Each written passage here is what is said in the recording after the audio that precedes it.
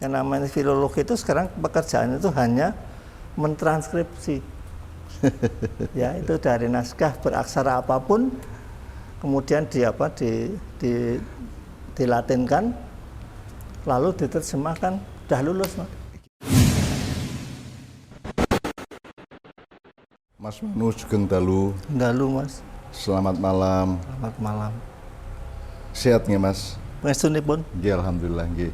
Anak-anak saya semua, jamaah ma'iyah dan siapa saja yang berkenan dan ikhlas dan merasa penting untuk ikut mendengarkan dan memahami sejumlah hal yang saya sendiri tidak banyak tahu. Jadi sekarang ini satu episode di mana saya dan anak-anakku semua berguru kepada Mas Manu. Berguru artinya beliau yang guru kita, sekarang kita ini semua muridnya, karena banyak hal yang akan saya tanyakan yang hanya beliau yang tahu, yang saya pasti tidak tahu. Nah, anak-anakku sekalian, Pak Manu, atau saya menyebutnya Mas Manu, ini adalah seorang filolog, seorang pengajar senior di Universitas Gadjah Mada.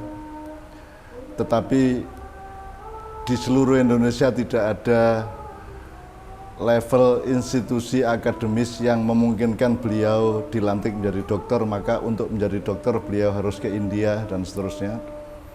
Nah, jadi kita akan banyak sekali bertanya, menggali dari Mas Manu berbagai pengetahuan yang tentu saja harus kita temukan apa pentingnya untuk kita sebagai manusia, sebagai masyarakat, sebagai bangsa Indonesia.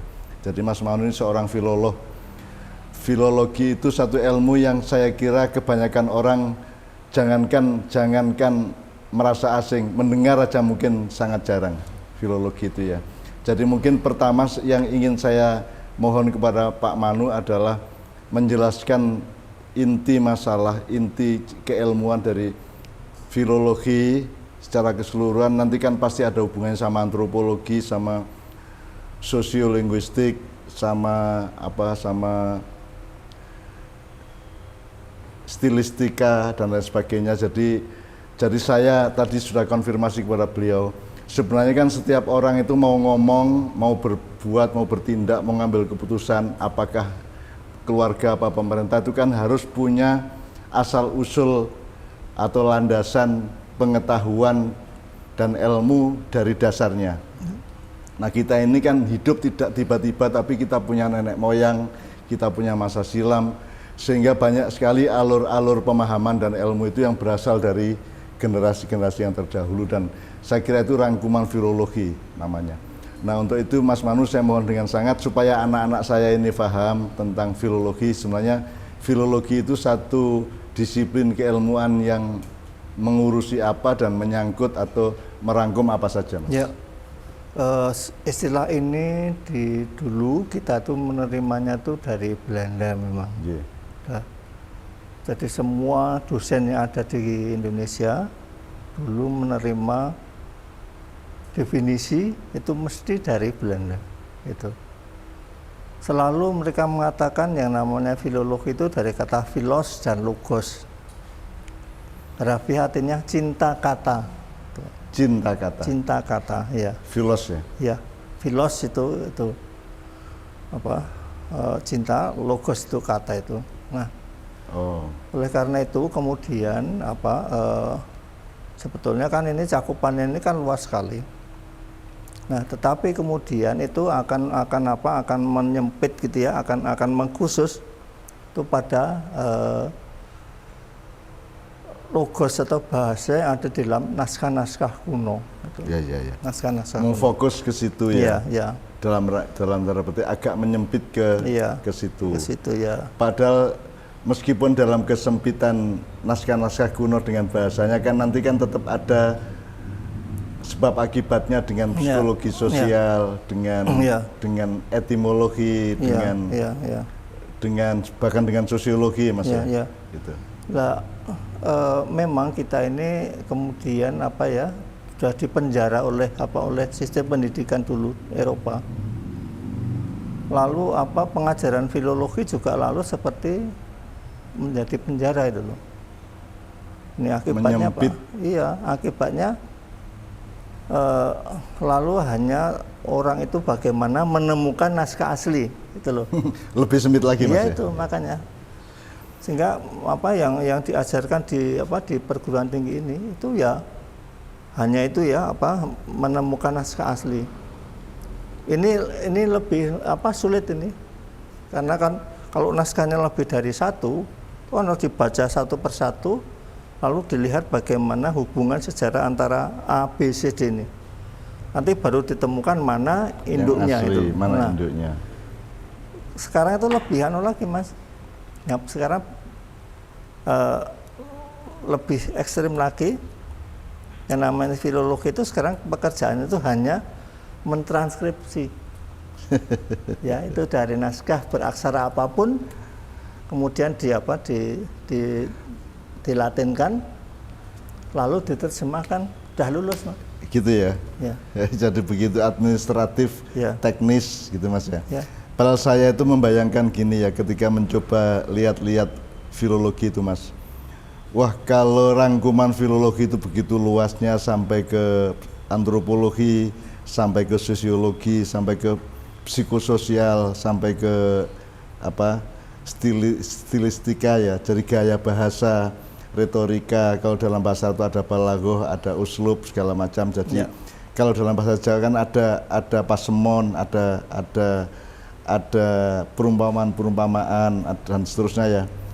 Dan sebenarnya kan semua sejarah manusia kan dibangun melalui pergaulan atau dialektika antara seluruh kosmos pemahaman yang bermacam-macam tadi itu, sehingga berdirinya sebuah negara, berlangsungnya sebuah pembangunan, ditentukannya policy pembangunan oleh presiden dan kabinetnya, itu kan sebenarnya kan sangat tergantung kepada disiplin filologis mereka.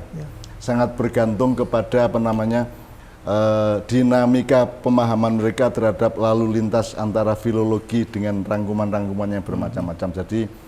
Jadi saya mungkin agak romantis mengatakan sebenarnya wajah filologi, kesadaran filologi adalah wajah sebuah bangsa. Mas. Kira-kira piye Mas? Ya.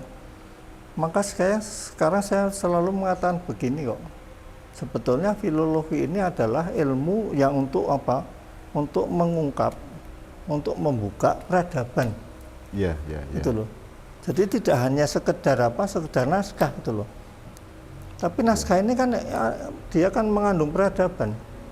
Karena di dalam lingkup filologi yang saya selama ini ikut mendengar dan pelajari dari Mas Manu itu kan tidak ada satu hal pun dari urusan kita bernegara, berbangsa, bermasyarakat ini yang tidak membutuhkan filologi, disiplin dan dinamika filologis gitu ya Mas. Jadi makanya saya kemudian itu ya mempunyai pemikiran itu bahwa tidak hanya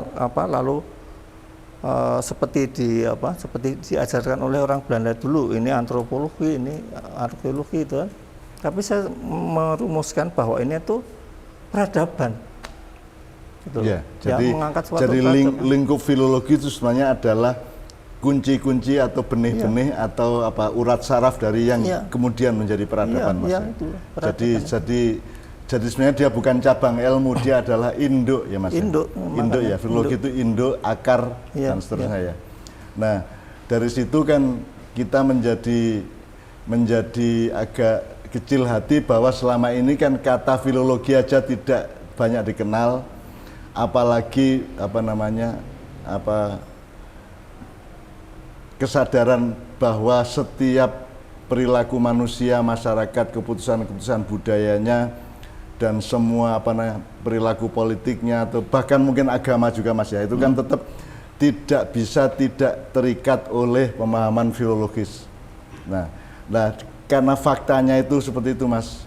Sebagaimana Mas Manu mengungkapkan mengenai penyempitan pemahaman terhadap filologi dari urusan peradaban menyeluruh menjadi hanya penerjemahan naskah kuno ya, kemudian meneliti mana yang tiruan, mana yang turunan, mana yang induk dan seterusnya. Nah, saya mungkin kalau kita sebagai sesama bangsa Indonesia, rakyat Indonesia dan wong cilik ya Mas ya, kita kan wong cilik ya. Itu kalau saya boleh tanya, hal-hal apa yang terkait dengan filologi ini pada kehidupan bangsa Indonesia yang Mas Manu bergembira dan yang Mas Manu prihatin? Ya gini, ini yang gembira dulu ya. Ya. Itu gembiranya itu sekarang itu kita itu banyak naskah-naskah yang sudah ditranskrip, kemudian diterjemahkan ke dalam bahasa entah Inggris, entah Belanda, entah bahasa Indonesia. Jadi siapa saja yang mau belajar tentang peradaban itu tidak harus langsung untuk dengan naskah, dengan aksara-aksara kuno yang susah itu. Nah, sehingga kita itu dimudahkan lah untuk belajar itu. Nah, itu terjemahannya sudah dicetak, sudah diterbitkan? Iya, sudah banyak yang itu sekarang. Gitu ya? Baik di dalam negeri maupun di luar negeri, sudah banyak itu. Hanya keprihatinan saya itu, ketika orang itu sudah selesai menyunting, sudah dicetak, sudah masuk lemari. Gitu. Jadi umpamanya ya, satu disertasi itu umpamanya dia itu menulis disertasi tentang A itu ya. Kan harusnya ini akan menjadi kontrak seumur hidup harusnya. Iya, Mas. Tapi ini enggak, udah itu lalu sini jadi pejabat. Itu loh. Ya, karena pertimbangan hidup orang sekarang itu kan pasar, Mas. Ya itu. Nah, dianggap hal-hal yang menyangkut filologi ini kan tidak marketable. Ya. Ini dianggap sesuatu yang jadul, dianggap sesuatu yang kuno. Dan kita hidupnya kan pragmatis, tidak filosofis, tidak mendasar, tidak sungguh-sungguh terhadap hakikat hidup dan seterusnya kan gitu, Mas. Nah, jadi sekarang saya sedikit agak bercabang pertanyaan saya, Mas. Yang disebut naskah-naskah kuno itu petanya gimana, Mas? Karena kan saya mungkin pernah mendengar ada di keraton-keraton, ada di tempat-tempat situs-situs. Terus saya juga mendengar Mas Manu sendiri punya punya kepustakaan naskah-naskah kuno yang tidak ada di tempat lain. Nah, saya mohon Mas pemetaan naskah kuno ini. Ya, jadi gini, dulu di dalam sebetulnya sampai masa-masa sebelum Republik ini, sebetulnya kita tuh dibagi menjadi dua wilayah kebudayaannya. Yang satu itu adalah wilayah kerajaan. Kemudian yang satu itu adalah wilayah para Brahmana. Brahmana. Di sini raja, di sini asrama. Gitu. Nah, mereka itu semua itu mempunyai tradisi tulis. Semua punya tradisi tulis. Nah, kalau kerajaan itu memang keuntungannya itu mereka kemudian menyimpan naskah-naskah itu. Mulai dari Mataram kuno sampai kerajaan-kerajaan hari ini. Jogja, Solo itu masih menyimpan itu. Nah, kalau Brahmana itu sayangnya itu banyak naskah yang tidak tersimpan itu.